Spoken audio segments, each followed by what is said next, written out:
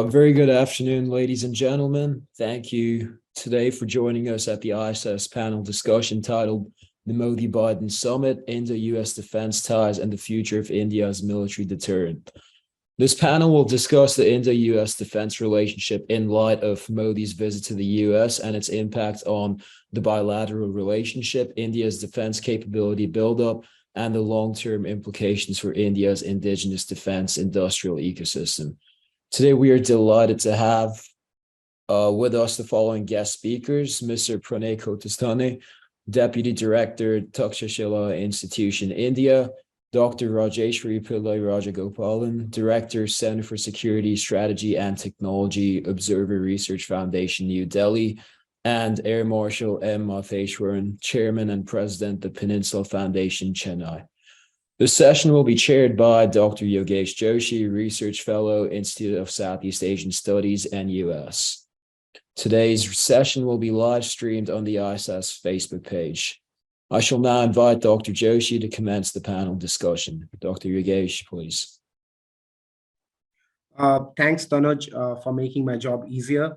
Let me again thank our panelists for agreeing to participate in this event and giving us their valuable time. I also thank all the all people who have joined from all over the world to listen to this panel and hopefully ask a lot of questions on this very important topic.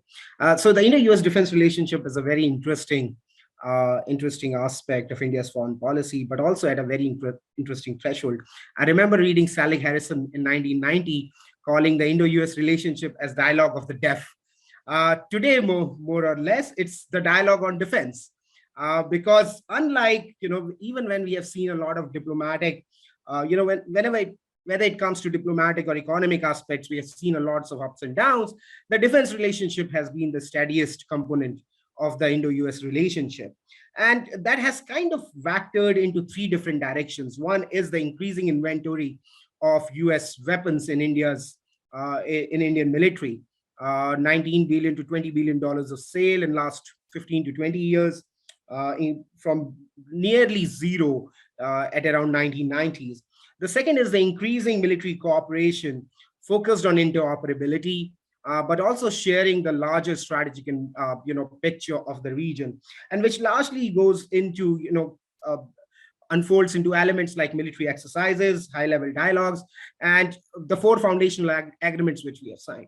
One of the most trickiest vector has been the military technical cooperation, right? We had something called the Defense Trade and Technology Initiative in 2013, which really fizzled out in some sense or the other. So this has been the most trickiest of those three vectors. And somehow with the Modi-Biden summit, it appears that we have finally, put the puzzle together. And in a trailblazing deal, one would say that US has finally offered India what it has not even offered its allies, which is one of the most critical technologies on jet engines, which India also, given, and all our panelists will kind of touch upon that, has been in the making for 45 years odd now. This is also happening at a time when India's indigenous defense industry appears to have reached a takeoff stage. So to understand how the Modi-Biden summit, to contributing to this budding strategic relationship, what it means for indigenous defense production, and finally, what it means for upgrading of India's military effectiveness and deterrent, we have this stellar panel today. And without much ado, I will now invite our first speaker, Dr. Raji Rajagopalan. Dr. Raji, the floor is all yours. Thank you. Thank you, Yogesh, and thank you to you as well as the organizers, the ISAS, to sort of give me an opportunity to talk about some of these issues. So I'll touch upon this aspect, looking at a sort of a larger, put this India-US defense relationship in the larger strategic partnership. What are the kind of strategic context in which this relationship is progressing, and what are the motivations, what are the outcomes, what's the logic behind this? So I'm trying to put this in the larger context in a sense. So Like Dr. Joshi said, India-US ties have been on an upswing for close to 2 decades now. During this time, their ties have expanded, deepened, making for a well-rounded, comprehensive partnership. And one of the areas that has seen an uptick in the bilateral context is that of the defense and strategic ties based on a shared understanding of the strategic threat environment in the Indo-Pacific. China has clearly emerged as a central theme for both the US and India as they review ways and means to deter a belligerent China. Of course, there are other areas of interest, including countering violent extremism, counterterrorism, maintenance of a secure, stable, and prosperous Indo-Pacific that would allow for a free passage of good and contribute to the larger public good of the region, and so on and so forth. But it is the strategic interests around China that are really driving the accelerated pace in the bilateral relationship, especially when it comes to defense and high-tech issues. In fact, China's military power, accompanied by its threat or use of force, aggressive actions against many of its neighbors, even over the last 3 years when the region was reeling from the effects of the pandemic, have given way to growing insecurity across the Indo-Pacific, including in India, in terms of how we address the China problem. There are plenty of examples of China's aggressive behavior all around, whether it is naval intrusions into Indonesia's exclusive economic zone exclusive economic zone, Natuna Islands, or against Malaysia, Philippines, Vietnam, Taiwan, Japan, India. No one has been, in fact, spared of its aggressive behavior. One can also include the trade and economic coercion that China used against Australia, all because Prime Minister Scott Morrison asked for an independent inquiry into the origins of the COVID-19 pandemic. So all of this is, in a sense, leading the like-minded powers in the region to come up with their own counter strategy. Also, there are efforts today to counter China's aggression and aggressive behavior, both in military terms as well as in diplomatic terms. Take the case of India, for instance. The Galwan Confrontation of summer 2020 has forced India to devote greater military forces to its northern border against China. And following the Galwan, the forces have not completely disengaged. There is still an active confrontation on the border, and the continued deployment of forces to the tune of 60 to 80,000 forces on the border for prolonged periods has its own dangers, the possibilities of accidental conflicts being very high.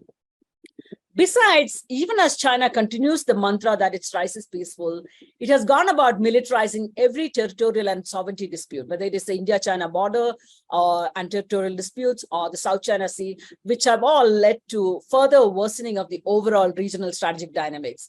China has walked out of its earlier commitments, agreements not to militarize these areas, which has again made every country in the region, including India, extremely suspicious of China and its intentions. So norms that prevailed for a couple of decades have been violated, and China's actions today have not been reassuring that as China becomes stronger and more powerful, that it would abide by rules, norms that it may have signed on to in the past when it was a relatively weaker power. And regaining confidence, therefore, in China's rhetoric seems to be a tall order. There's also growing political and military competition, another fallout of the growing Chinese military might. Countries in the Indo-Pacific are building up new partnership, new strategic partnership, new military partnerships, coming together for joint military exercises, joint or coordinated patrolling, security dialogues, political consultations, and even military industrial collaboration, creating a more sustainable defense supply chain by bringing together different stakeholders. One also sees greater military spending and military modernization, especially of the naval forces. Some of these are, of course, life cycle driven modernization, but there are serious efforts underway to build up the military muscle in order to address China's aggressive military power. For a long time, a large number of countries in the Indo-Pacific, including India, avoided taking sides between the US and China. India wanted to believe that if it created sufficient economic traction with China, India-China dynamics can be different. India also wanted to believe that China's rise is not really a threat and that it will continue to be a benign power, an accommodating power. But I think all of those assumptions have been broken for about 15 years now, but particularly so in the last 10 years since Xi Jinping came into office. Even then, many in India still want to see some semblance of normalcy in the relationship, but we are building up our military capabilities, the border infrastructure, etc., with a lot more focus today. So these are happening even as India is trying to develop normal relations. But again, it is not up to India alone. And I don't see any reciprocity coming from China. So I'm not sure how far we will go down that path in rebuilding or normalizing India-China relationship. My own sense is that the Indian attempts in recent months to build a more normal relationship with China is driven by India's domestic concerns. National elections will happen in less than a year, and the current government clearly doesn't want another major conflict to happen until then, because another conflict would mean raising some tough questions like how has India managed China, what losses India has had vis-a-vis China in terms of territory, etc. There appears to be some current moves to pacify the relations clearly. China says put aside the border issue and focus on other areas.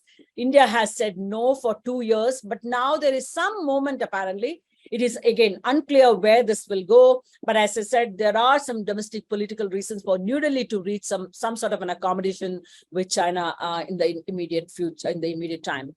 So this is a strategic context in which the India-US relations are deepening as well as expanding. The convergence of our strategic interests is striking, considering that New Delhi and Washington have been on opposite ends of the spectrum historically.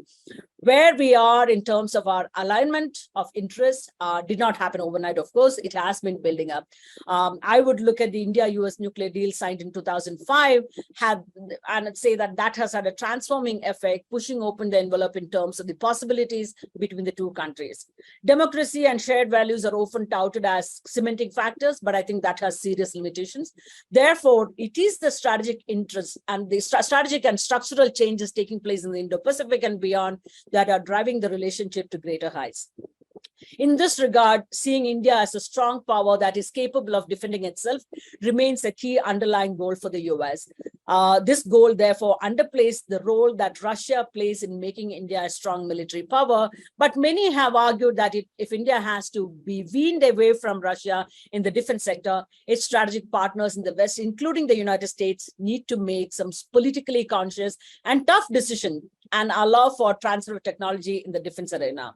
Without relaxed arms export policies that allow for not just trade in defense, but one that would ease technology transfer in India, New Delhi will find it difficult to walk away from Russia. India has been engaged in defense trade diversification process, but the Indian dependency on the Soviet or the Russian weapon system for several decades has meant that it would not be easy without attractive and viable alternatives. It appears that the US understands the Indian compulsions that has material consequences in the national security context. This became particularly evident in the context of the Russian invasion of Ukraine that began more than a year ago. India expressed its inability to call out Russia by name or take actions against Russian entities, even as all of India's new security partners have taken very strong measures, including sanctions against Russian entities. One of the factors shaping the Indian approach is that India is still heavily reliant on Russia, and that this India feels is important, especially at a time when India has an active live conflict with China at the border. So the level of strategic convergence has committed the two sides today to upgrade the quality of their bilateral ties. One of the first demonstration of this commitment was the US designation of India as a major defense partner, a status that was previously accorded only to US allies, therefore elevating the India ties to one with those of its US allies. Along with this, the US and India also concluded the defense foundational agreements that altered the quality of cooperation in ways that was not possible earlier. Yogesh mentioned the DTTI. The US and India concluded mechanisms like the DTTI, Defense Technologies and Trade Initiative, while easing the export regulations towards India that accelerated the Indian procurement of defense items from the US. The DTTI could not deliver on all that was promised. I think there was false expectation on both sides to the extent of technology transfer. But I think the conclusion of various agreements and initiatives kept the highest level of attention from the political leadership of both India and the US. The India-US defense trade picked up momentum, and the US became India's #1 defense trade partner for several years, replacing Russia. This, of course, happened with India buying a number of big ticket defense platforms from the US. Some of the major platforms include M777 155 millimeter lightweight howitzers, Apache attack helicopter, and so on and so forth. And of course, now we have the new ISET, the Initiative on Critical and Emerging Technologies, again, with the goal to elevate and expand India-US strategic technology partnership and defense industrial cooperation between the two governments, businesses, and academic institutions. And ISET is seen as a useful mechanism to work out many of the regulatory barriers, as well as business and talent mobility issues, in order to maximize the benefits for both countries. Some of the key technologies identified in the initiative include defense, semiconductor supply chains, space, STEM education, and so on and so forth, STEM. The initiative also identified areas like biotechnology, advanced material, rare earth processing technology. Specifically on defense innovation and technology cooperation, ISET is putting together a defense industrial cooperation roadmap that would push for greater technological collaboration for joint development and production, focusing initially on projects related to jet engines and munition-related technologies. The government has already received an application from General Electric to jointly develop jet engines that could power the jet aircraft operated and produced indigenously in India, by India.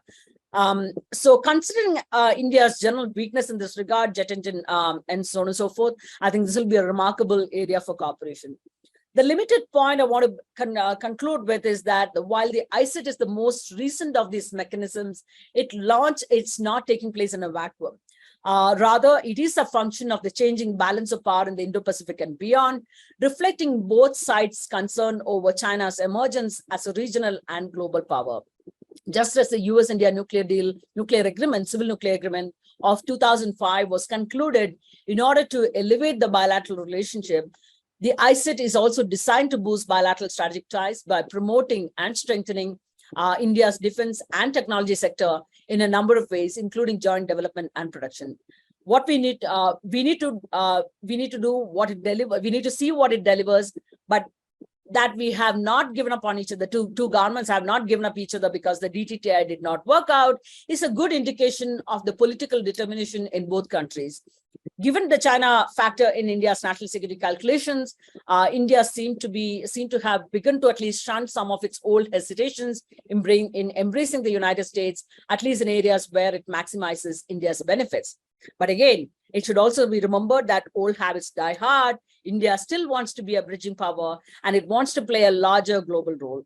All of this also limits India's relations with the US because India does not want to be seen as an ally, but as an independent power center, a pole by itself. So there are going to be ifs and buts, and how we develop this in the coming years is something we need to watch out for.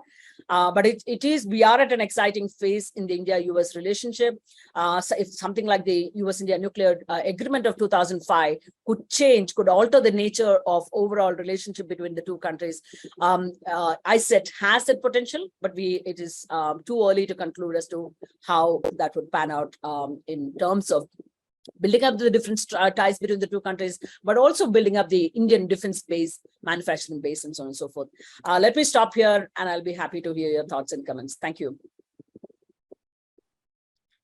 Thank you so much, Dr. Raji, for setting the stage, for basically providing us an overview of the strategic scenario, but also how strategic interest and structural changes are driving this dynamic.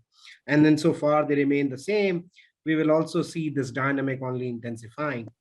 So thank you so much for setting that stage. I'll now turn to Air Marshal Matheswaran, who has had, a distinct career in the Indian Air Force, but is also deeply, in some sense, have had a deep relationship with the indigenous, light combat aircraft program, but also knows a lot more about IAF's requirements and the landmark deal on the jet engines. We would have a deeper insight into how it kind of transforms the Indian Air Force, India's defense capability, but also India's military deterrent. So without much ado, I will now turn over to Air Marshal Matheswaran. So, sir, the floor is yours. Thank you, Yogesh. It's a pleasure to be here, and thanks to Raji for the excellent overview. The Prime Minister's visit, by all measures, I would rate as a successful visit. It's the first state visit. So state visits accompanied by a lot of protocols, ceremonies, and a lot of publicity that comes with it. And I think he's done extremely well in that context. Normally, working visits and the routine visits produce more results. But it is also important to realize that this state visit has also produced 4 important agreements. One related to space, the aero engine, semiconductors, and the Predator. So in that context, I think largely it's a successful visit. But I'll leave out the euphoria and let me put few things in correct perspective, and quite bluntly, let me put it that way. So like you started in the initial opening address, that this engine deal is an important watershed because they'll transfer critical technologies to India. No, not at all. Okay, I'll explain that subsequently. But the reasons for which many of us appreciate in India is in the context of our issues with China and our regional perspectives. The US has seen the urgency to bring India into much closer relationship and tie us into a partnership, defense partnership, with a sense of urgency because of the global geopolitical environment. Quite clearly, thanks to the Ukraine conflict and the rise of China, the US is worried that their dominance and the Western dominance overall is in a decline, and it certainly is in a decline, and therefore it needs to plug those parts, and therefore to get India on its side strategically is extremely important. So that is the primary push from their angle. And China is one of the reasons that we could see common ground. But let's remember, US and China has a trade relationship exceeding 650 billion. The economic coupling is extremely strong still, despite all the noises that are being made both sides. It's not going to be easily, dismantled without major implications for the world. The second one is India and US trade since 2000 has really grown strong. And I think last year we had a trade of 132 billion with a trade balance in favor of us to the extent of nearly 37 billion. Okay, so the American strength or American influence and strategic value of our trade has grown enormously. But if you go into the details of what we export, I think that will give you a lot of reasons to be concerned about, because not much of manufacturing really goes as exports, unlike China. At the same time, despite all our problems with China, last year the trade has increased. We've done $125 billion worth of trade with China, which is a significant improvement from the previous year, and hugely adverse trade balance for us, nearly 80 billion in China's favor. That's the cause for significant worry, right? So this is the, in the geopolitical context, the US needs us and we need as well a certain amount of strengthening. But I think in foreign policy terms, India's played its cards well in the context of balancing our views and stand on Ukraine and in Russia. I think that's important. So let's come to the technical part, the aero engine, which has been spoken about so much in this visit. Let's go back, and the timing is important because the engine decision was made around 2012. It's a decade that's gone along before the US has agreed to come into manufacturing here. And of course, we've also delayed our decisions. So there are both sides, but most important is the US doesn't take easily the decisions to get into industrial manufacturing partnership with countries that are not its allies. And 414 is not, we are not the first country to get it. The 414 has been manufactured for decades in Sweden. The Gripen is powered by the 414, right? Okay. So what is ailing, or what is the delay, reasons for the delay? One, US has made no exception, while they declared India as a major defense partner, they have made no exceptions for India in their ITAR regulations. And therefore, when you sign the contract, when you now talk about serious critical technologies that you want, Unless those changes are made, you will not be able to make a progress. I'll explain that subsequently. Right, now let's come back to the US-India defense and particularly the air engine domain. When the LCA program started in 85, and the background to, we were still in the Cold War, the background to that is the HF-24 story, which got phased out prematurely simply because we didn't get the engines that we wanted, right? And in Cold War, we didn't leverage our strength with the USSR adequately, otherwise probably would have got the technology at that time if we have done that. I don't think we were smart enough at that point of time. Right, so now the LCA needed an engine, and in 85 onwards, I think the warming up process between India and US had begun. And that resulted in 12 GE-404 engines being made available for the LCA for its development and testing process. In 2004, I led a team that had to, based on the team's study, the Air Force would make a decision on when to place the order for the first 20 aircraft. So given the state of Kaveri's development, we found that the Kaveri development, if the Kaveri engine was insisted upon to be the powering engine for the LCA, we would probably take much longer time to get the aircraft. And therefore, the question of placing order didn't come at that point of time. And therefore, we said, let the dealing the Kaveri development, because engine development is the most complex technology development process. And that is why there are only 4 or 5 countries who are masters of that process or that technology. So we said, dealing the Kaveri, let it go in its own steam, but get the G404, and so that the LCA program can be accelerated. And that's how the Air Force placed the order for the first 20 aircraft in 2005. And options for another 20, because we wanted further development to take place. There was also no radar, and that is why we also told the DRDO, get the radar from the Israelis to power, because without a radar, the aircraft is a dummy, right? So the airborne radar came from the ELTA as well. While we develop our radar process, we've delayed that process, but now we have our own radar, which LRD has done a good work as well.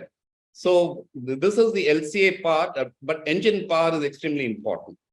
In 2008, I did a study. I headed a team and we did a study which said, which is natural process of any aircraft development the world over, you will exceed the weight targets, you will end up overweight, and you will realize that there are other issues with respect to aerodynamics and drag, etc. And therefore, you will end up into a situation where your operational requirements may not be met simply because the power requirement was now insufficient to a new platform or a new airframe, weight combination that is a result. And that was the case. And therefore, we recommended that get a new engine with at least 98 kilonewton thrust capabilities. There were only 2 that actually fitted the requirements. One was the G414. The other one was the Aerojet. Logically, the Aerojet is far more advanced engine. G414 came into first manning and powering an aircraft, which is F-18 in 70s. The Aerojet had just come in late 90s and early 2000s for the Eurofighter. Right? In technology terms, it's more advanced. But in the competition, the Aerojet messed up their process, and therefore they were disqualified. 414 won the selection, and this was finished in 2012. And since then, there's been discussions. So the 99 engine contract is a discussion that's actually been on since 2012. And therefore, now finally we've concluded HAL and GE will set up the production facilities. Now, how gainful is this for India and for the Tejas program? For the Tejas Mark II, the 414 is an ideal engine. Okay. The 414 has also been, every engine manufacturer goes into a derivative development program. And therefore, this engine is not the same engine that powers Gripen or, for that matter, that came up first in 1970s. This is the 6th version. They call it as I6. And new materials have been introduced and more performance capabilities and optimization have been brought in. And therefore, there's a lot of technology inputs that have come in this development. But let's remember, in the 414 series, this is the last. There is no further development of a derivative in this engine. And when you now actually look at a partnership, when you set up an industrial partnership, then you need to look at how would you work 20 years from now? How long will the 99 engine production take? Probably in flat 5 years or 7, 8 years, you'll finish. What do you do after that? Because to set up a manufacturing involves a huge investment. And you will set up huge manufacturing facilities, production facilities. And that is where I think, when we talk about the technology gain for India, you will get state-of-the-art production capabilities. Our manpower and skilled employees will gain advanced skills, and the HAL environment, production environment itself will change. I've seen these manufacturing facilities both in St. Louis at Boeing's facility and in other divisions of theirs. I mean, they're a world apart. So when you bring in those, you don't absorb overnight. There is an absorption time. And therefore, the 99 engines will take over nearly a decade by the time you come to the final stage of producing engines from raw materials, right? So that is the aim that we need to, that is the objective we need to achieve.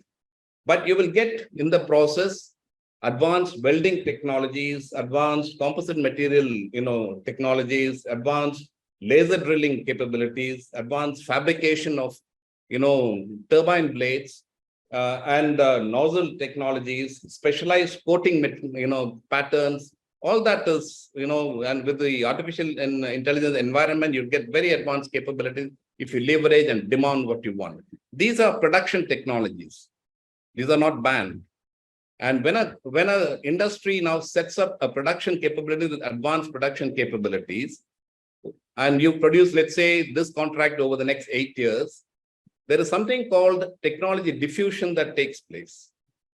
That is the game, provided we have a national strategy on continuity in our engine development process.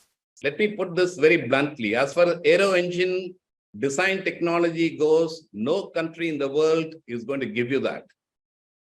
Even if they give you access to certain design processes, the trick or the secret of their success is the large database that they have built over a century of technology development. You buy the tools from them for design. Those tools are governed by these databases. Do you get access to database for your design? You will not. But those tools, they will give it to you because you'll buy it. Like CATIA, we use a CATIA for LCA design, which is a French tool, right?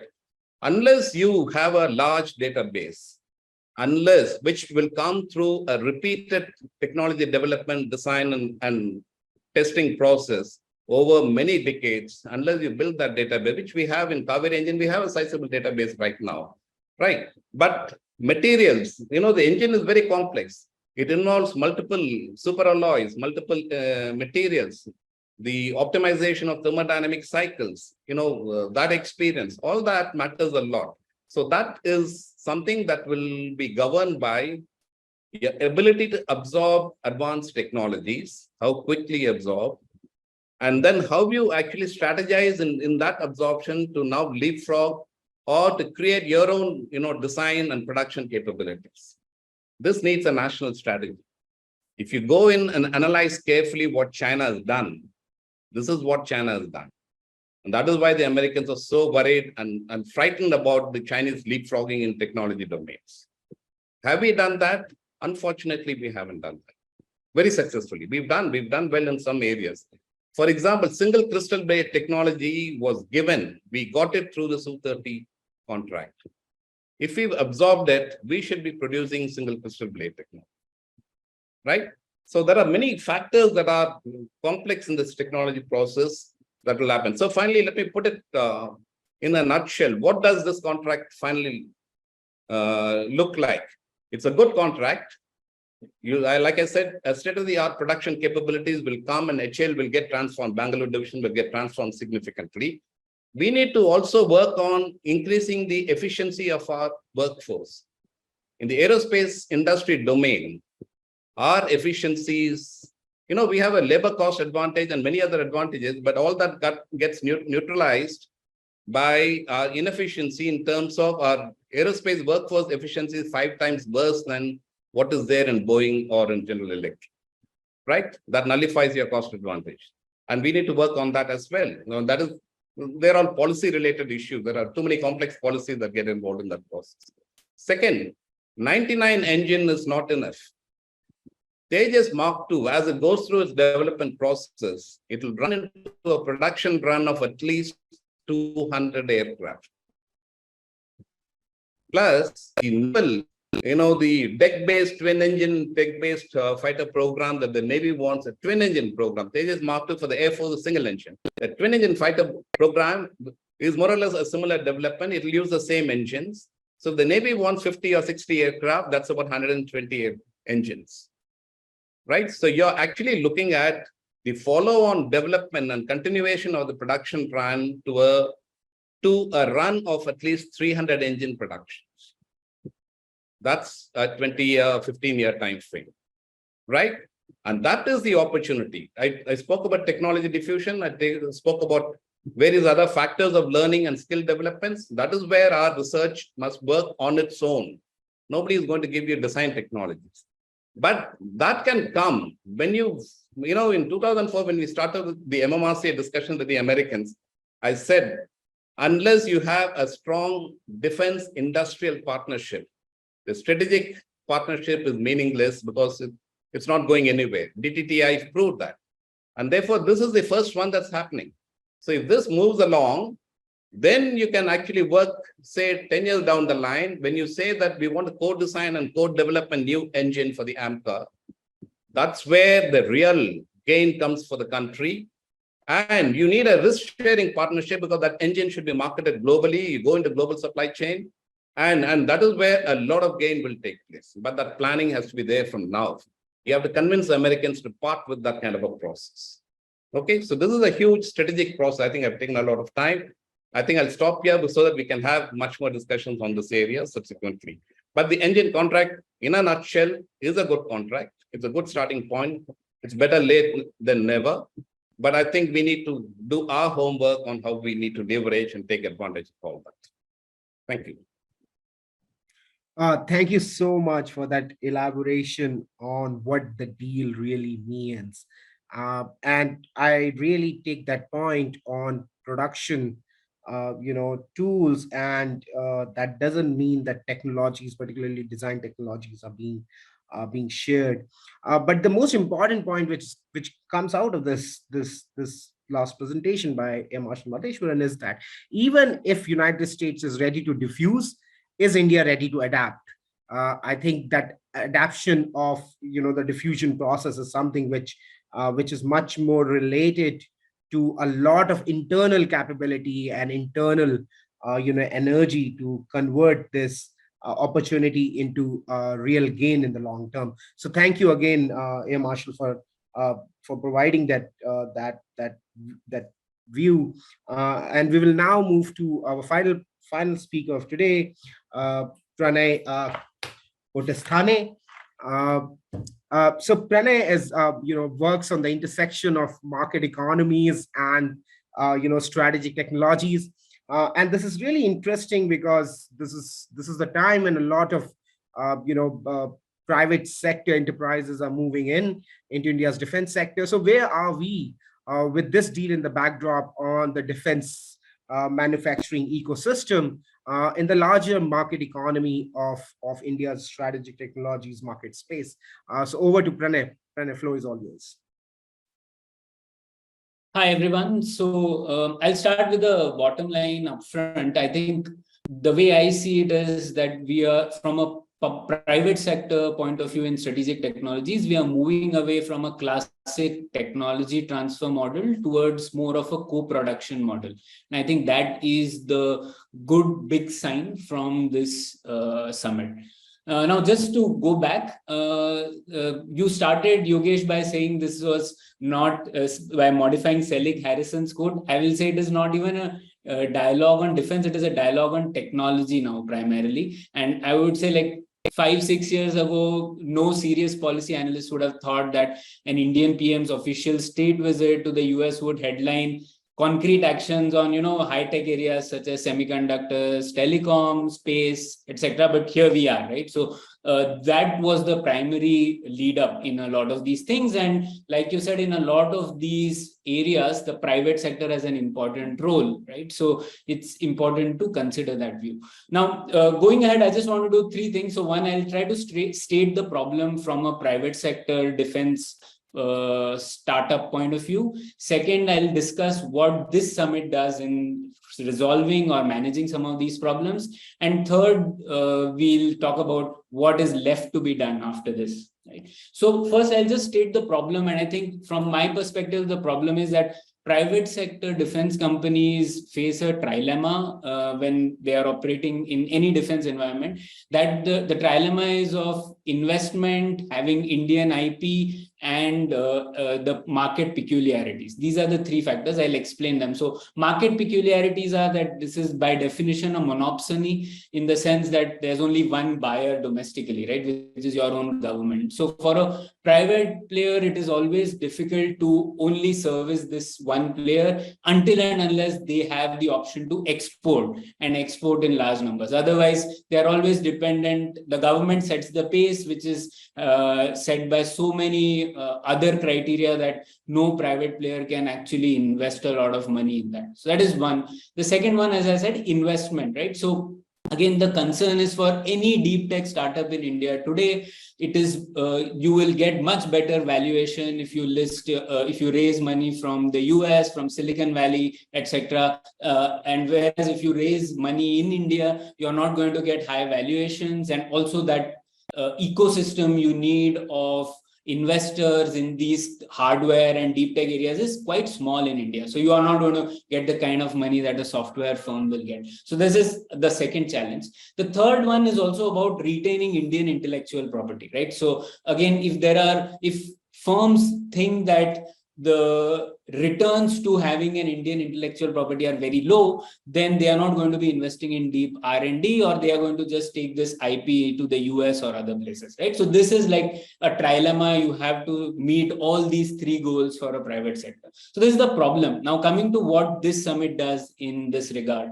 So one thing, for example, which was announced with an agreement between General Atomics and Third Eye-Tech to co-develop a product and then take it to the global market is something which is really positive. It tries to keep the Indian IP and yet take this to a global market, right? And given that there is a player like General Atomics who will co-develop with a new Indian entity, they will get more sellability in a global market. Whereas if they would have just gone on their own, it would have been difficult. So this is really a good development. They'll be able to raise investment, they'll be able to collaborate with a US company while retaining an Indian intellectual property, which is a really positive development. The second point is what Dr. Raji mentioned about the Indus-X. That was also a positive development, because again, besides government representatives, Indus-X also includes entrepreneurs, incubators, and investors interested in the defense sector. So again, the idea is to spur cooperation between Indian and American companies, especially the startups which are working on advanced technologies. So again, this is a really positive development. The third one is what you mentioned, Yogesh, related to the DTTI now sort of becoming Defense Industrial Cooperation Roadmap. But there again, there is the aim is to provide policy direction to defense industries and enable co-production of advanced defense systems and collaborative research. So again, this is a positive move which will help expose Indian startups to US companies and US environment while retaining Indian intellectual property. So this is sort of the positive things which happened from a narrow civilian defense sector point of view in this summit. The third point, which I just wanted to end my talk on, was about some things that we have to fix. So Air Marshal Matheshwaran already talked about technology upgradation and absorption challenges. So I would differentiate between diffusion and upgradation. Diffusion means how a technology diffuses into society at large, where India is pretty good at, right? I mean, mobile phone diffusion, etc. The challenge is in technological upgradation and learning for manufacturing. So these are two different things, and there are lots of societies which do well on diffusion, but not necessarily on upgradation and learning. So that's our challenge. And the way I see it is private sector R&D, forget the government sector R&D, that is, government is doing what it can, but private sector R&D is very low in India. Top 10 Indian companies by revenue also invest very little in this. And this is the challenge for us to fix. Because finally commercialization of technology happens through private sector R&D, including in China. So that is one thing to fix. There are a lot of deep tech startups now, but what can the government do in this regard is probably three things. One is through funding, which is already being funding and challenges, which is already being addressed in a way through the IDEX program. The second one is procurement, and that is also something which is probably in the works. But the third element is, can the government incentivize companies to invest in R&D, right? And so that companies are able to accrue a lot of returns by investing in R&D. And that is one challenge which is still remaining to be fixed. And unless that is done, like Air Marshal Matheshwaran was saying, you will have some technology coming in, but technology transfer is not just about getting a set of files or a product, right? It is finally a complex process of imitation, adoption, digestion, assimilation, and all that takes this time and effort and a lot of focus on R&D, which is what we need to work on in the next stage to make some of these promises turn into reality. I'll stop with that. Thanks. Thank you, Pranay. And we exactly, have finished the initial presentations exactly on time. And I think these are three very interesting presentations. And in some sense, we have dig deeper and deeper, starting from a very, overview of what is driving this relationship, to understanding what it means for the Indian Air Force and what it means for, what the deal really is, and what can be expected and what in some sense is far-fetched. But lastly, in a sense, that where India's defense ecosystem currently lie, and how the private and the public is kind of interacting, not only among themselves, but even foreign actors, right? So that those are the two different vectors in which India's defense ecosystem is actually evolving, and that sets us for a really interesting Q&A session. But before that, as people, so just a housekeeping rule for all our participants. Please send us your questions directly. You can send it directly on the chat box, and I will raise it to our participants. And please do so. And the time during the time our participants kind of think about their questions, and let me raise a few questions for our participants, right? So Pranay, when you talked about monopsonies, right? So this was single buyers, but we had a very peculiar system in India where there was both monopolies and monopsonies, right? There would be only one producer, and then there's only one buyer in some sense, and that creates a very interesting market dynamics, right? We have seen the problems of monopsonies in the Japanese defense market, for that matter, right? Because most of the Japanese defense market is struggling because the government is the only buyer, more or less. And we have seen on the Indian side the effect of monopolies. So given the emphasis on exports, right? And also the kind of startup culture, and more or less this drive towards bringing the private sector into the play and directly competing in some sense with the state sponsored industries. We saw the privatization of the ordnance and all that. So do you think that both this high level of competition in some sense, which I don't know to what extent it's now is valid in the Indian case, but both creating this highly competitive market economy in terms of producers, but also where they can sell, right? Would that be the model which India should look for to create that kind of competition in the defense sector? So that is for you, Pranay. For Air Marshal Matheshwaran, right? The question is, so we have been in the process of at least building fighter aircraft since the MiG deals, right? At least putting them together. What do you think is the single most, or if you can lay down like 4 or 5, with your experience of working with the DRDO and HAL, was there no political directive in a sense to kind of inculcate these technologies, upgrade, as Pranay said, and adapt to these technologies? Was it simply a human resource problem, or was it also at a higher level in a sense that no strategic planning or bureaucratic politics? I remember, in a sense that I work on the India's nuclear submarine program, and there is a lot of adaptation which happened in the nuclear submarine program for as basic features as welders, right?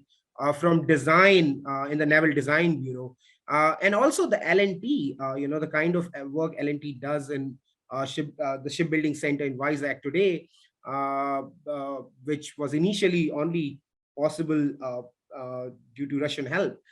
So are there different examples in which we have adapted a lot more than we have in the case of fighter aircrafts? And lastly, for Raji ma'am, what kind of socialization do you foresee? Because in international politics, socialization is one way in which states learn from each other of how to kind of compete in best scenarios, or to learn the best out of others. Do you see that if there is a greater interaction, especially on the defense side, and I'm not talking about militaries, I'm talking about defense production companies, do you see a possibility of greater socialization and therefore greater effectiveness in India's defense production machinery? Let's start in the reverse order with Pranay. Pranay, floor is all yours. Yeah, so Yogesh, I'll divide your question into 2 sides: what can be done on the seller side and what can be done on the buyer side, right? So let's look at the buyer part first. So as you said, there are monopsonies, and the way you overcome monopsonies is having a strong export market, right? So I think one thing again is excessive focus on self-reliance can sometimes divert away attention from being competitive globally, right? Because then you're only focusing on whether I can service products for my defense requirement, and that will still be a small number. It won't be the global market. So as long as the focus is on exports, which is now like 40% of total production of defense export in India is private sector now, right? So growing that is really the challenge, and that's where I think US-India cooperation can help a lot. These co-production deals, some of the things which, like Air Marshal Matheshwaran said, there are labor cost advantages in India. They can be developed in India, and then they can be sold to like-minded countries, etc., which is quite possible, right? And that can help US, that can help India and a third country as well.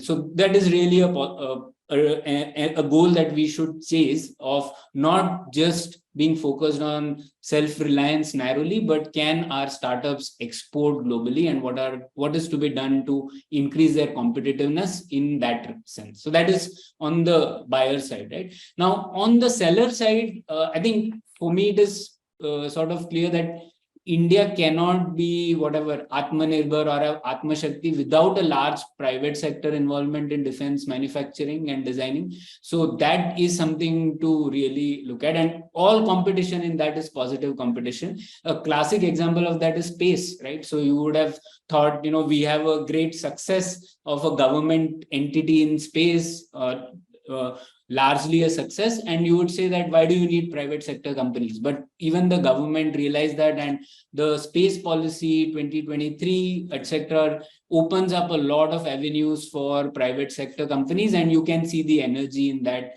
which has been unleashed. A lot of new things are coming up, and you can see it having a policy impact as well, right? I would say one of the reasons why India went on board with the Artemis Accords was also because there is a renewed confidence in India's own capabilities as well, now that we have opened up things for the private sector. You know, for example, the new space policy of 2023 explicitly allows private companies to engage in commercial recovery of an asteroid resource or a space resource, right? So given that we have now more opportunities to do that, it impacts the way Indian government sees a relationship with US, right? You know, there was a lot of what you call distrust on the Artemis Accords, given how ISRO thought about it versus how US thought about it. But here we are, you know, that has been signed, and one of the reasons is because we have now a new budding private sector ecosystem coming up there. So that is something which probably could happen in defense as well. That's where I'll stop. Thanks. Air Marshal Matishwaran.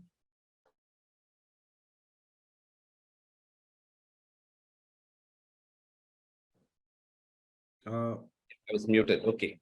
Yeah, Yogesh. Okay. On the fighter issue, I think, well, let me put it this way. We started quite well, you know, when in the late 50s, Dr. Kurt Tank from Messerschmitt came to India from Argentina. And then Nehru played a role in saying, let's have an Indian fighter program. And he was taken in by HAL. And he set up literally the design bureau in HAL, which until then HAL by itself had just designed and manufactured a trainer aircraft and a few agricultural aircraft like HT-2 and you know, the some agricultural spraying aircraft as well. From you know, handful of guys, he brought in his German team, his closest designers, and then designed the HF-24, built an Indian team of 250 designers.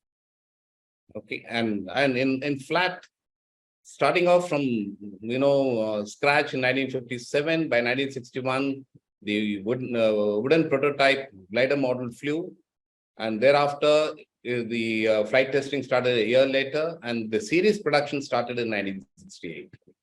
Good enough, excellent achievement, and not only series production started in 68, the aircraft took part in 1971 war. Okay, it suffered from the underpowered engines. We were forced to, you know, make do with the engines from the NATS, you know, the Orpheus engines.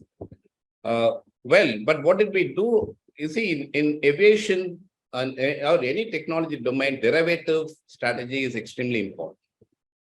So there was a gain made from the gains made in the HF-24 program, which resulted in the Kiran design and development, which is completely indigenous. And after that, we shut shop for quite some time till we opened up for the LCA requirement. We took a decision in 85. By then, we had phased out the HF-24, and there was lack of continuity for various reasons. And we now said we will attack 4 you know, technology barriers to overcome.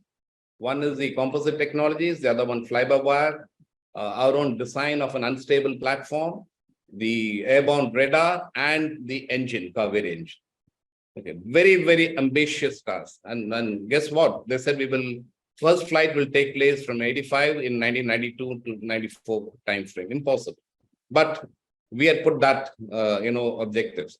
So when you have such huge objectives to, you know, develop and overcome, it is going to be a fairly, you know, Herculean task. It will take 3 decades. So it took 3 decades, you know, to overcome a lot of challenges. So in that context, I think, firstly, the decision to break away completely from HF-24 and start from scratch on a new design, we should have realized that it's going to take a long time. And that was a mistake. But leave aside that mistake. Now that you embarked on the program, there will be deficiencies, there will be other issues, but the first stages Mark 1 took 3 decades, which is absolutely reasonable, fine. There was nothing wrong with it. Okay, now you can improve. Now your Mark 2s, your deck-based program, your AMCAs should take lesser time. The second part is the self-reliance, as Pranay pointed out. We should have had we kept, doing various mistakes in policy domain. One was in the 50s, we said, we will not allow private sector to come in. It will only be in the public sector. So you never developed a private sector ecosystem. Today, when Pranay says private sectors are not investing in research, it's all fallout of that entire culture that you evolved. That's one. And that's a huge flaw as well. The second huge blunder that we made was that we will not export arms. You actually killed your own industry. No indigenous defense industry can survive only on the basis of supplying to its own military. Because the military is not going to buy continuously to sustain your production. No industry can have break in production or for a long time. And therefore, you need to export.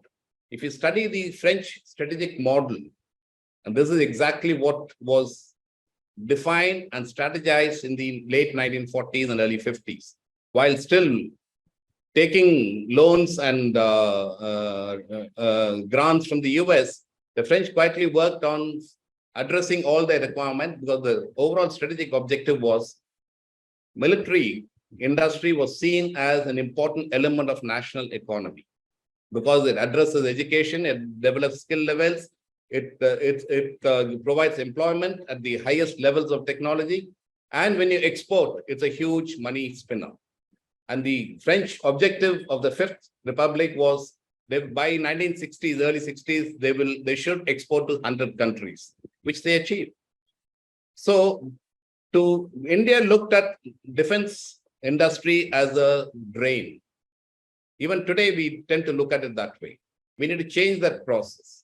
And defense industry builds huge levels of experts, skilled workforce. And of course, unless you export, you cannot survive.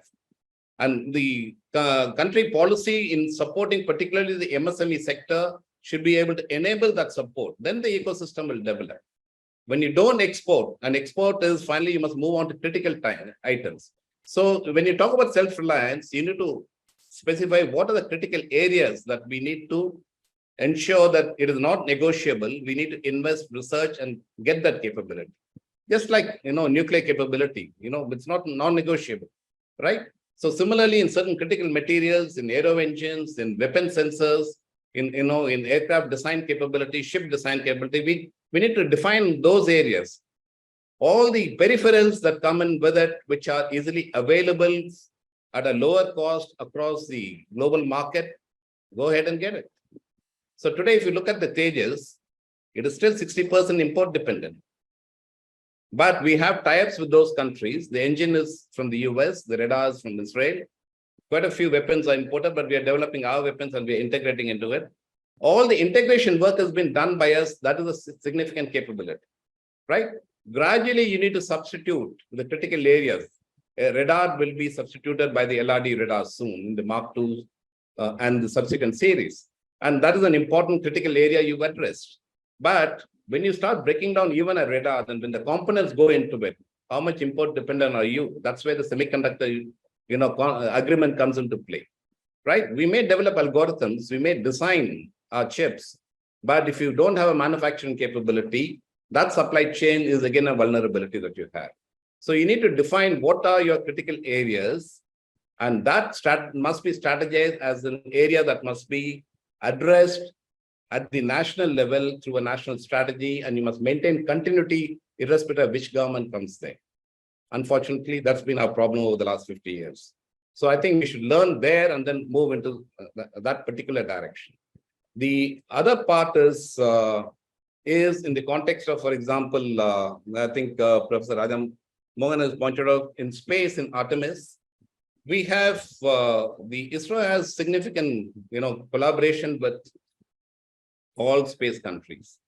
The Artemis, I think, It's good to join in, but we need to look at where we stand. The Chandrayaan-3 that we've launched has to take 45 days to reach the moon, simply because our rocket launch capability, payload launch capability is limited. The US, much of their rockets, until the private sector like Elon Musk have come in within their own designs, have depended on Russian Proton rockets until very recently. And those rockets will take a payload of over 100 tons into the low Earth orbits. So this is an area we've been working. We've been denied this technology thanks to the intervention of the US in the 90s, when it has pushed us down by 20 years, right? But we are moving along. But this needs to be accelerated. If we don't accelerate this part, then we'll be at the mercy of the designers of the Artemis Accord. It is good to be partner there, but you need to actually come in as a partner who can contribute as much, at least if not a substantial amount there in terms of capabilities. And that is important. The other question Darshana had asked is strategic autonomy. And I think I've already explained. France study the French model. And I think India and French model, India should actually look at the French model to work on its technology domains to be able to create that strategic autonomy. Strategic autonomy is not making everything. It is to make sure that critical areas you're not vulnerable. That's in your control. Then you play with the global market system. And you should be a player in the defense industry globally. And defense market and defense industry globally is not like an automotive industry. It is a ruthless system.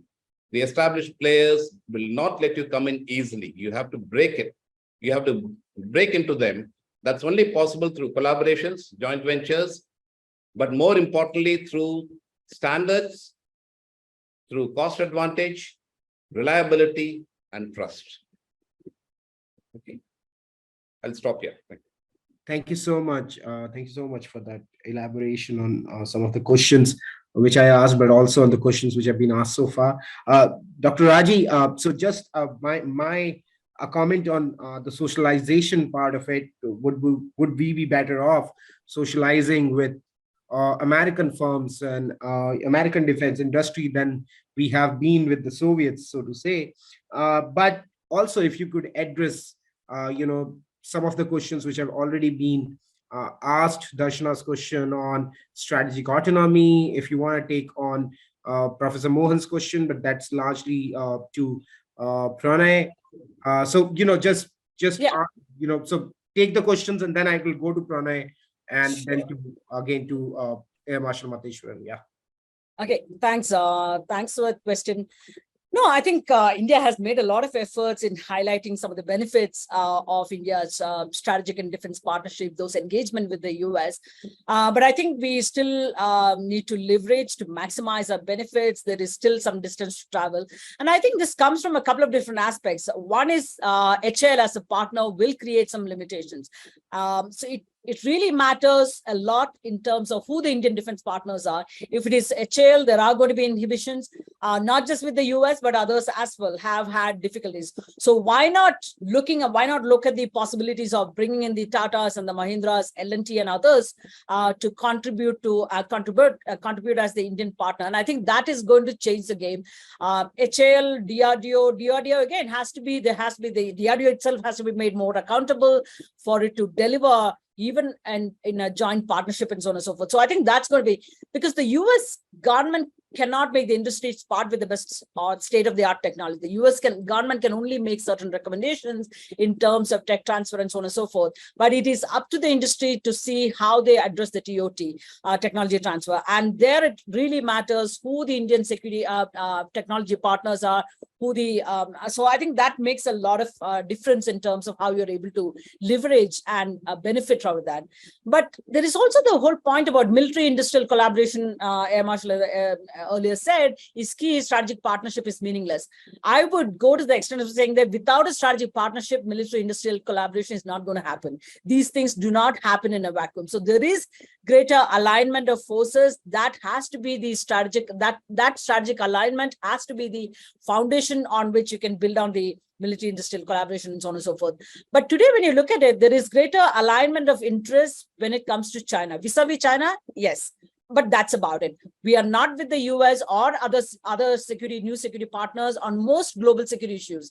And that's again going to create some sort of limitations in what we can achieve. Russia, we have diversified, but Russia still continues to be a major defense partner, given the kind of dependency that we have had for several decades. Anywhere between 75 to 80% of the Indian defense inventory is Soviet or Russian weaponry, which also limits the amount of technology transfer can happen and the amount of engagement that can happen from the US industry or even from the US government may have their own hesitation. So I think there is that we need to kind of play and see how we are going to leverage more. There's also a long list from the Indian side. The US has to do this, the US has to do that.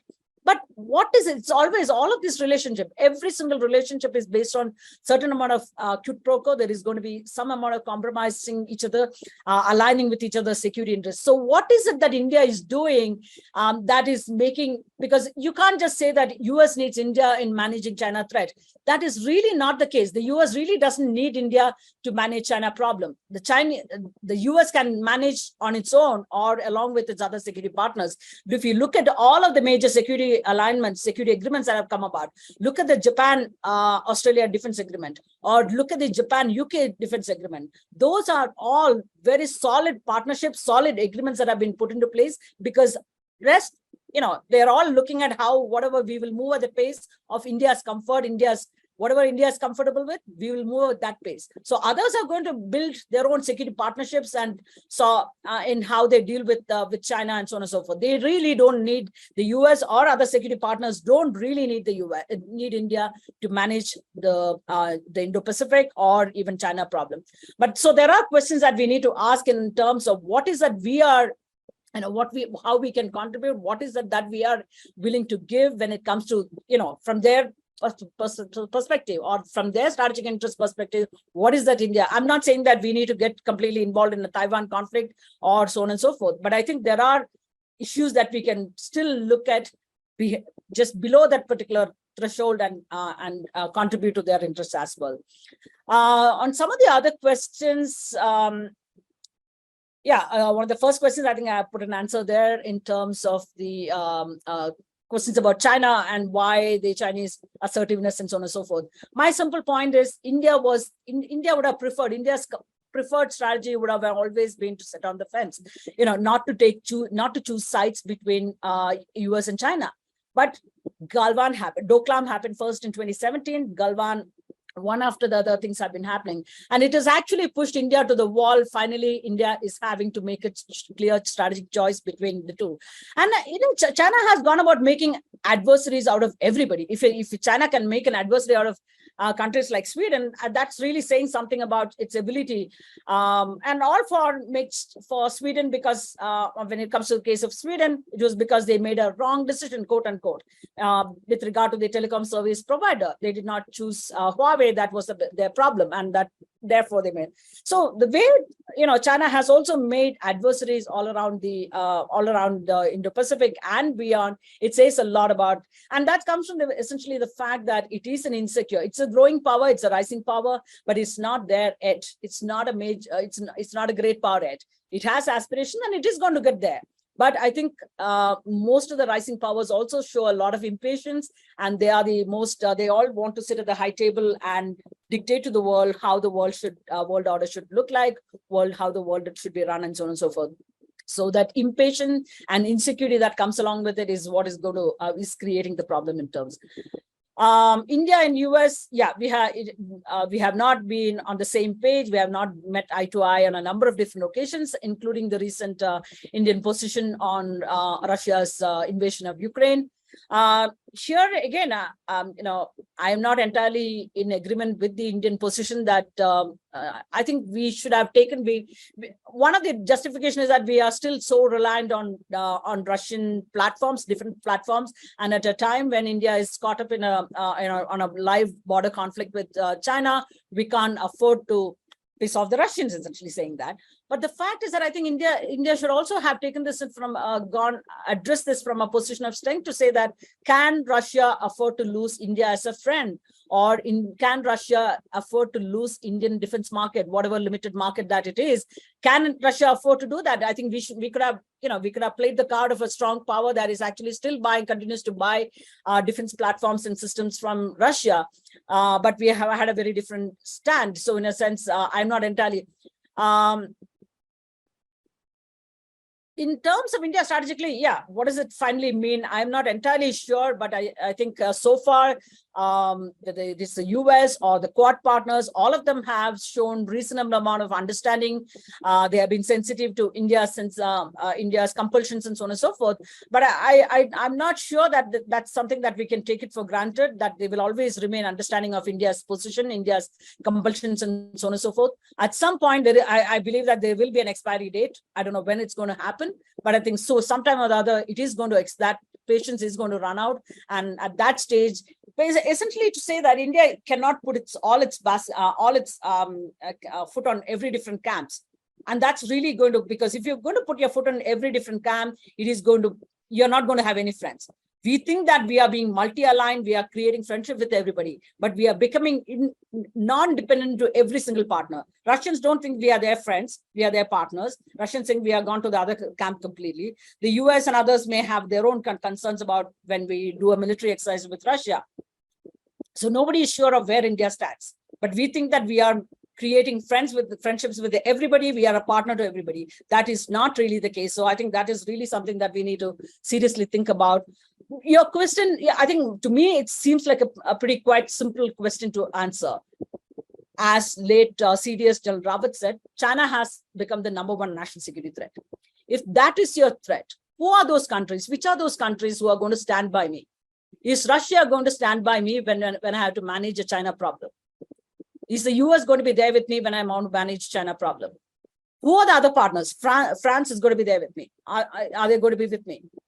I think that's a simple question for me to answer. What are my most important national security issues that I need to deal with? Do I have my capabilities? Where do I get my capabilities from? Who are those diplomatic partners who can help me with?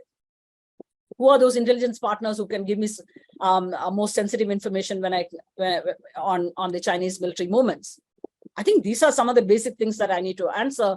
And Russia really doesn't seem to. Russia is driven by its own national concerns, national security, national interests. I'm fine with that. But I think we should also be driven by our own national interests and not taken in by our historical ties or emotional sort of an approach when it dealing with them. Has India truly tilted towards the US? Yeah. Atmanirbhar Bharat, I think that's again variations of that we have seen and we have heard for the last 75 years. Self-sufficiency in the Indian defense and so on and so forth. I think we also need to be more realistic in terms of what we have been able to achieve. Today, the MOD has come out with a number of different systems or things that we will not buy from. Those are essentially nuts and bolts you're talking about. What is our capability to develop our own systems and kind of thing? We need to be realistic. We don't even produce a car engine, forget about a jet engine. So, Atmanirbhar Bharat and kind of things, those are good things, but we need to be clear about what we can really, realistically speaking, what we can produce. And thereafter, then think about who are those partners I can rely on in terms of building up my capability. Strategic autonomy is important for every country. Nobody wants to be dictated in terms of, so it is in terms of given your national security problems, issues, you align with a set of countries, based on your national interest at that point of time. Every country would want to be autonomous in terms of deciding their own future and so on and so forth. Let me not take up more time. I'll be happy to come back again. Thank you. Thank you so much for answering those questions. Some of them very, more waxing questions in Indian foreign policy. But thank you for doing that. Pranay, if you could address Professor Rajamohan's questions, but also any other questions you want to take over at this point in time. Yeah. All right. So to Prof's questions, first on semiconductors. So again, to categorize what has been done here, I would say there are two kinds of goals for India, right? One is to build our own comparative advantage in semiconductors. And second one would be to learn how commercial manufacturing and production of chips is done. So there is both of these were addressed in a way in this summit. So one was a lot of focus and media attention was on the Micron deal, which addresses the manufacturing side, the second goal that I mentioned. And there also it's a start. Again, this is, I mean, Taiwan took 40 years to get to where it is. So we are now starting that process and it is all good. We are beginning with assembly, and Microns is the only deal which has been green lighted by the ISM, the India Semiconductor Mission. All the others were just memoranda of understanding. None of them actually had been approved. So this is the first realistic chance of a commercial chip assembly plant that we'll have, and probably that will get converted at some time also into a chip production unit, you know, not just assembly but also production, but that is in the future. The next part also to talk about is what has been done to gain our comparative advantage. Now, our comparative advantage lies in design. And if you look at the statements, there are also announcements by Lam Research and by Applied Materials to develop Indian talent in semiconductor design and processes. I think that is the core thing and something we should focus on, because that's where India's comparative advantage really lies. You know, around 20% of semiconductor design engineers in the world are Indians, according to government data. And even if not 20%, it's a sizable chunk. So as long as we can develop their capabilities to tackle a lot of different things, it will help India in the future, and we will then have a lot of hardware deep tech companies also coming up. So it's a process which will take time, but these kinds of arrangements with Lam Research and Applied Materials are really, really good. They help. There's also an agreement with the Purdue University and MIT, which is trying to develop talent. Again, that's a very positive thing, which is not talked about a lot, but to me, I think that is the real importance. The second part on space, yeah, I think there is a reasonable chance of India joining the Artemis programs. Yeah, like Artemis Accords is not the same as a program, but for that, I think we will need to scale up our budget for space drastically. Also to pass a legislation about governance of lunar activities, what does it mean, etc. That clarification will help build capabilities locally. Also, joining the Artemis doesn't mean that India can't do things with other Artemis signatories, right? Like Japan, France, and Australia. That will still be possible. Even cooperating with Russia wherever feasible is not ruled out by joining the Artemis Accords. So that is the challenge. But again, yeah, a lot needs to be done on developing domestic capability in order to actually have a meaningful role in the Artemis program. Yeah, and the last thing, I just want to talk about Purnendra's question, and just briefly to mention that dependence is not the same as strategic vulnerability, and it's okay. I mean, especially in the high-tech domain, no country is self-sufficient. Taiwan's biggest imports are also chips, even though its biggest exports are chips, right? US is also not self-sufficient. So dependence will always be there, and there's no problem with dependence. But what are the conditions under which that dependence becomes strategic vulnerability is something to think of. And that's where we need to be wary of and protect and develop domestic capability. But other than that, dependence is all right. I mean, every country is dependent on a large number of countries in a global ecosystem. I'll stop there. Thanks. So, you know, we are almost towards, can you hear me? I was suddenly muted. So I think we are almost towards the end of this discussion, but I'll go to Air Marshal Matheshwaran for the last comments, particularly if you could address, you know, and somehow you have lived through this, you know, dependence on Russian arms, but also, you know, India's shift towards US platforms. So both Professor Jan's, you know, question on this dynamic between US and Russia on arms, but also the S-400 deal in some sense with Ms. Chandrasekhar has underlined. So if you could speak largely to this dynamic between India's arms dependence and the role of US and Russia. Air Marshal, over to you. Yeah, Yogesh. Okay, the Russian, lot of when we interact with the American team and lots of even the Europeans, the general emphasis they gave is that India's over dependence on Russian equipment for the military. And I think it's a little overplayed because we've always been conscious of, even during the 70s, when we were very close because of the Cold War environment, and we were seen as part of the Soviet camp, but we really, we played our cards quite well. And yes, they were the only ones who were wanting to give the equipment that we needed at that point of time to revamp our military after 1962. And therefore, at one point of time, we had almost 80 to 90% of our equipment of Russian origin. Now, that's not going to go away overnight. For the next, I told the American friends, because they want you to cut off completely, because the defense with India is seen as an important, trade or important economic tie-up for their military-industrial complex. It's business. Strategic issue comes separately. Very largely, they're looked at, once you tie up, then, the business can expand. Correct? So they want you to reduce it as quickly as possible. So what is the state today? And we've been conscious of it. So that is why we also got the Jaguars, we got submarines from Germany, we got the Mirages from France, and now the Rafales have come from France as well. And even on some of the weapon systems, we've been all over. But the Russian equipment has predominated the entire process. So when you're operating them overnight, you cannot change one. And for strategic reasons, Russia is still a very strong strategic partner. You won't want to cut that off either, right? And you need to look at where have they contributed in terms of your critical technology requirements. I mean, if you've developed your nuclear submarine, I don't think you would have done that without the Russian partnership, right? So I think we need to keep those aspects in mind.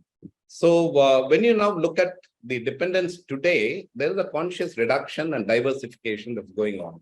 Between 2007 and today, we have, and if you add the Prime Minister's visits and the Predator agreement and the Aero Engine agreement, if you take those into account when they're going to be signed, maybe a year down the line, the total business for the US in 16 years or 17 years flat is $25 billion. That's the maximum any one country has got in such a short time. And when just at the end of 20th century, they were zero. We never really got anything substantial, right? So that's a huge, but there is a difference there. There is no manufacturing involved. The G414 will be the first manufacturing project. Every equipment every business that we've given to the American military industrial complex is through foreign military sales program. There is no direct commercial sales program where you interact with the company directly and get your companies to do that. Yes, through the offset, some, contracts have come in, the Tatas have gained by that, and some of the other companies have gained a little bit. But this entire process should be understood in the correct perspective.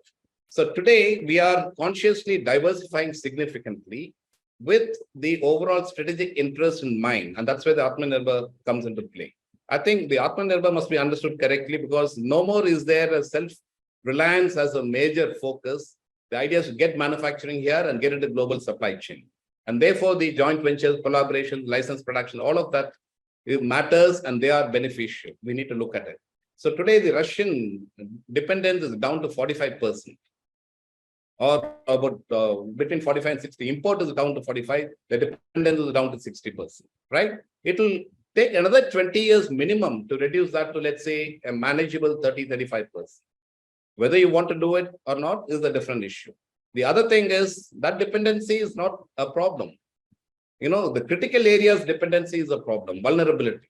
And that is what we need to address, right? And there, wherever we get help, I think we should go for that. That has a cost. The other point is on the S400. And I think it was strategically very important for us to acquire that capability.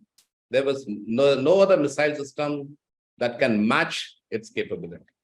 And I think it's extremely important that we went for it, and it was good that we went for it. But of course, some supply chain will get impacted because of the Ukraine war. But I think we can live through that and then, address that part. So I think in the larger context, as I see it, if the Atmanirbhar is addressed well, gradually, we are not into any camp, but we will have relations because others are interested more in business and strategic tie-ups to some extent. But I think if we focus on our industrial manufacturing development, and if that is kept in focus, then I think the industrial ecosystem, the defense sector, which has been the major problem for us, was everything were located in the public sector. If that gets addressed, and that is getting addressed slowly, but that needs to get pushed and accelerated, then I think we are on the right track. There, I think each of these partnerships will be a gain for India as well. I'll stop here. Thank you so much. And with that, we come to the close of this exciting panel. I think, many, it is in some sense a very an exciting moment for India-US relationship, but it also is a moment where India needs to reflect deeply of both the advantages and disadvantages and how to align itself in this extremely chaotic, in some sense, international environment, and to have debates like these where you have multiple perspectives, not only in terms of core debates on foreign policy, but perspectives from the industry, perspective from think tanks, perspective from the services and decision making, if I could add to that. And that really creates an environment where the policy can be informed with greater clarity. But just for the knowledge sake, right? I think that cutting it down to elemental aspects of Modi's visit and what it follows, I think is very, very important because even when news is the first draft of history, it's not the only draft of history, and through these kind of events, we really see through the fog of policy making and what it really means on the ground. So once again, I thank all the panelists to have given their valuable time and shared their insights for this panel. But I also thank all of our participants from world over to have listened to this panel today. Thank you so much, and we look forward to having you soon on another of our events. Thanks again. Thank you, Yogesh, and thanks everyone. Thank you, Raj. Thank you, Raji ma'am. Thank you. I think Pranay has already left here to attend another meeting. But yeah, thank you again. Really appreciate it. Over for now.